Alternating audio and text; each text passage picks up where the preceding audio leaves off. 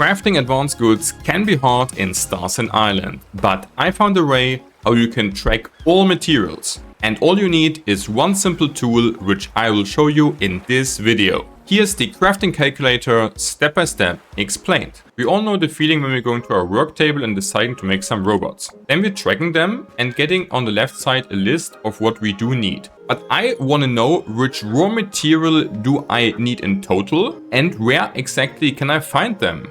And on top, I also want to know which buildings do I need to craft all of this stuff really easy. In order to answer all these questions in a simple way, I'm using the crafting planner for Starsand Island, which is an external third-party tool. Link is in the description. Here we can use tool filter, select item and the quantity. This is basically a field where you can either select the stuff you want out of a drop-down list, or you can just type in robot, gathering robot, and then I want to make one of this. Then you see here's your planner chart. You also could simply add more if you want, for example, like another mining robot, or you can also just delete them here with the X. Then we are seeing, first of all the raw materials, and especially for the ores, where exactly in the forest we can find them.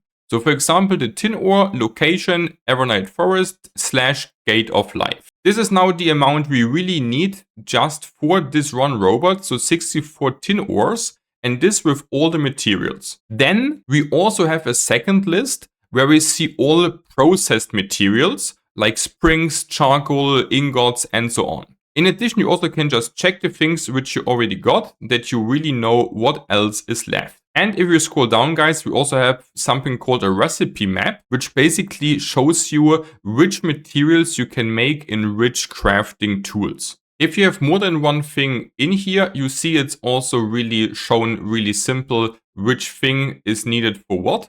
And you also can just close the things you don't want to show at the moment. Then we see we need, for example, here 3 eternal alloy, which is made in the furnace. Here you can also click on top.